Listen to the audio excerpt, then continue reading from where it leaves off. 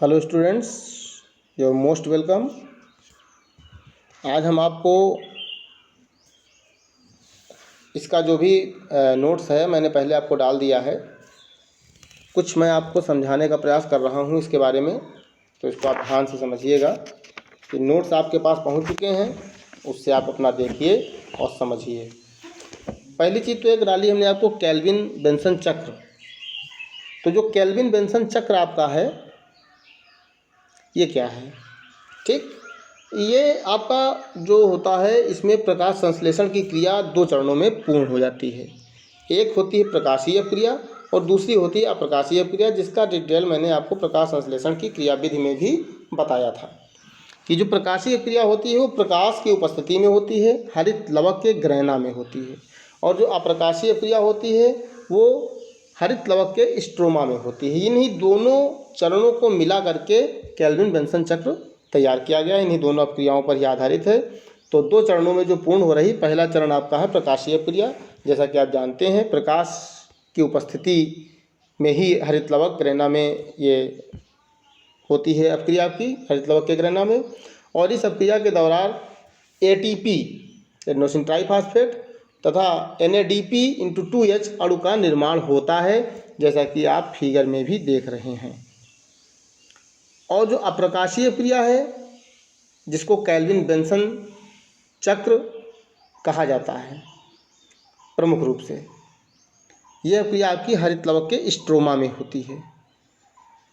प्रकाशीय क्रिया में बना हुआ जो आपका ATP और NADP है उसका उपयोग CO2 से, कार्बन डाइऑक्साइड गैस से कार्बोहाइड्रेट निर्माण में किया जाता है। तो कार्बोहाइड्रेट के निर्माण में इसको करने के बाद फिर इसमें जो कार्बन डाइऑक्साइड होती है वो रिबुलोस बाइफॉस्फेट से क्रिया करके केल्विन बेंसन चक्र में प्रवेश करता है और अंत में कार्बोहाइड्रेट का संश्लेषण और रिबुलोस बाइफॉस्फेट का पुनः निर्माण करता है। और ये प्रक्रिया बराबर चलती रहती है, इसी को केल्विन बेंसन चक्र कहा जाता है। यानी जहाँ पर क्या कहते हैं कि सीधे सीधे आप ये समझ लीजिए कि प्रकाशीय क्रिया से जो आपको ATP और NADP प्राप्त होता है उसका उपयोग कार्बन डाइऑक्साइड से कार्बोहाइड्रेट निर्माण में हो जाता है, और फिर जो कार्बन डाइऑक्साइड होती है वो रिबुलोस बाइफॉस्फेट से क्रिया करती है और केल्विन बेंसन चक्र में प्रवेश कर जाती है। और अंत में क्या होता है कि कार्बोहाइड्रेट का संश्लेषण हो जाता है और रिबुलोस बाइफॉस्फेट का पुनः निर्माण हो जाता है। ये है आपका पूरा केल्विन बेंसन चक्र। बाकी आप प्रकाश संश्लेषण और श्वसन में अंतर पढ़ सकते हैं, इसमें कुछ ऐसा नहीं है कि जो आप पढ़ नहीं सकते हैं। भोजन ऊर्जा का स्रोत है, ये क्वेश्चन भी आपको समझाए दे रहे हैं हम यहाँ पर।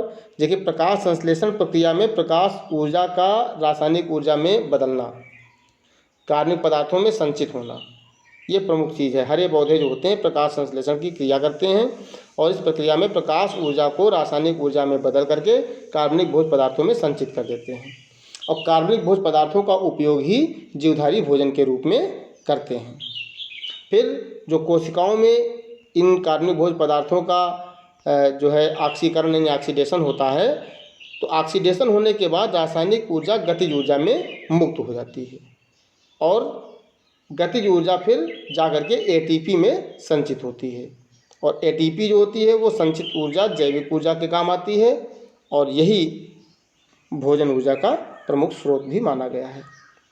इसके बाद कुछ और इसमें मृतोपजीवी परजीवी में अंतर, ये तो सिर्फ आपके पढ़ने की चीज़ें हैं। मनुष्य में दांत देखिए आपके यहाँ दिखाए गए हैं, 4 प्रकार के दांत होते हैं: इंसाइजर, कैनाइन, प्रीमोलर और मोलर्स, कृंतक, रत्नक, प्रचवर्णक और चवर्णक। यानी और मनुष्य में दांत जो होते हैं गर्ददंती, विषमदंती और द्विबारदंती होते हैं, ये भी जान लीजिए। चारों दांतों का अलग अलग सिस्टम है, अलग अलग कार्य हैं। जो कृंतक होते हैं, जो इंसाइजर होते हैं आपके, वो भोजन को काटते हैं और कुतरने के काम में आते हैं। रत्नक भोजन को चीर फाड़ करने में मदद करते हैं। प्रचवर्णक जो होते हैं वो चबाने का कार्य करते हैं और चवर्णक जो होते हैं फिर वो उनको पीसने का कार्य करते हैं। इसका एक आपको डेंटल फार्मूला भी यहाँ दिखाया गया है: I2/2 C1/1 PM2/2 M3/2 I का मतलब इंसाइजर 2/2, ठीक, यानी 2 होते हैं ऊपर नीचे। और जो आपके कैनाइन होते हैं वो एक एक ऊपर नीचे हो गए। प्रीमोलर आपके दो दो होते हैं और चवर्णक तीन तीन। तो 3 2 5 1 6 2 8 8 19 16, इसको 2 से मल्टीप्लाई किया गया है। यानी आप कुल मिला के कृंतक आपके हो गए कितने, 4। 2/2 का मतलब 2 इधर ऊपर तो 2 दूसरी तरफ, बाएं दाएं दोनों तरफ 2 2 ऊपर 2 2 नीचे, तो 4 ऊपर 4 नीचे 8 हो गए कृंतक। दर्दनक आपके 1 1 दोनों तरफ ऊपर, 1 1 दोनों तरफ नीचे, तो कुल हो गए 4, तो 8 4 12। और ऐसे ही प्री मोलर आपके 2 2 ऊपर दोनों तरफ, 2 2 नीचे दोनों तरफ, तो हो गए आपके 4 4 8, तो हो गए आपके कितने जो है ये हो गए आपके 20 टोटल। अब 3 3 ऊपर नीचे, यानी 3 3 6 ऊपर 6 नीचे, यानी 6 दूनी 12, ये आपके हो गए 32। ये आपकी जो अनुप्रस्थ काट की नामांकित चित्र है, ये मोस्ट इम्पॉर्टेंट है, इसको आप बनाने का प्रयास कर लें, इसका डिटेल पूरा देख लें। और इसके जो है इसमें क्या क्या होता है, लैंगरहंस की दीपिकाएँ हैं, पिंड की कोशिकाएँ हैं, ये सब आती हैं, इनको आप बनाइए और इसको जो है पूरा देख लीजिए। एक क्वेश्चन आपको समझाने वाला इसमें है, जैविक कार्यों के लिए एटीपी, जो जैविक कार्य होते हैं उनके लिए एटीपी प्राप्त होती है, इस कथन की पुष्टि करनी है आपको। ये क्वेश्चन भी हमने आपको नोट्स में दिया है। तो भोज्य पदार्थों में जो रासायनिक ऊर्जा संचित होती है, कोशिकीय श्वसन के फलस्वरूप भोज्य पदार्थों की रासायनिक ऊर्जा गतिज ऊर्जा के रूप में संचित हो जाती है, और वो संचित होती है एटीपी के रूप में, यानी एडेनोसिन ट्राइफॉस्फेट के रूप में। इसीलिए जो भोज्य पदार्थों में रासायनिक ऊर्जा का संचय होता है और कोशिकीय श्वसन के फलस्वरूप जो भोज्य पदार्थों की रासायनिक ऊर्जा गतिज ऊर्जा में एटीपी के रूप में संचित हो जाती है, इसीलिए एटीपी को यानी एडेनोसिन ट्राइफॉस्फेट को उपापचय जगत का सिक्का भी कहा जाता है। अब जो कोशिका में जहाँ ऊर्जा की आवश्यकता होती है, वहाँ पर एटीपी का उच्च बंध टूट जाता है। जहाँ पर भी ऊर्जा की आवश्यकता होगी वहाँ एटीपी का उच्च बंध आपका टूटेगा और यह एडीपी यानी एडेनोसिन डाइफॉस्फेट में बदल जाएगा। जैसा कि आपको तीर से दिखाया गया है कि एटीपी आपकी एडीपी में कन्वर्ट हो रही है। अब ये जो कन्वर्ट होती है, जो बदलती है, इसमें जो ऊर्जा मुक्त होती है वो सभी प्रकार की जैविक क्रियाओं में ही प्रयुक्त हो जाती है।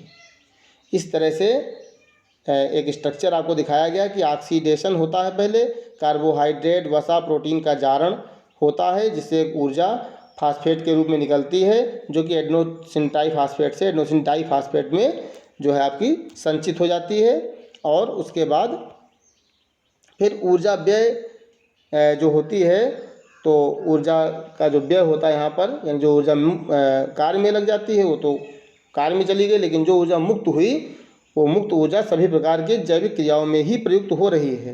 यानी कार्य योग बंधित ऊर्जा के रूप में ही उस ऊर्जा को हम जानते हैं, जिससे कोशिकीय कार्य हैं, गतिविधियाँ हैं, श्रावण चेतना, ठीक, ये सब कार्य हैं, संश्लेषण है प्रोटीन का, वसा का और कार्बोहाइड्रेट का, इन सब कार्यों में ही ये ऊर्जा की प्रयुक्त हो जाती है। और ऑक्सीकारक अपक्रियाओं के फलस्वरूप मुक्त ऊर्जा को ग्रहण करके जो एडेनोसिन डाइफॉस्फेट होती है वो पुनः एडेनोसिन डाइफॉस्फेट में, एडेनोसिन डाइफॉस्फेट से एडेनोसिन ट्राइफॉस्फेट में, एडीपी से एटीपी में बदल जाती है। इस प्रकार यह क्रिया आपकी निरंतर चलती रहती है। तो ये आपकी जो है एटीपी, इसीलिए आपका एटीपी उपापचय जगत का सिक्का भी कहा जाता है। और जैविक कार्यों के लिए एटीपी ऊर्जा, जो जैविक कार्य जो होते हैं उनके लिए जो ऊर्जा प्राप्त होती है उनको एटीपी से इसी तरह से प्राप्त होती है कि जब जो है जहाँ पर भी हमें ऊर्जा की आवश्यकता कोशिका में होती है वहाँ एटीपी का जो उच्च बंध होता है वो तुरंत टूटता है, टूटने के बाद एडीपी में, एडेनोसिन डाइफॉस्फेट में कन्वर्ट हो जाता है। लेकिन कन्वर्ट होते समय वहाँ पर जो ऊर्जा मुक्त होती है उस सब ऊर्जा की जैविक क्रियाओं में ही प्रयुक्त होती है। धन्यवाद।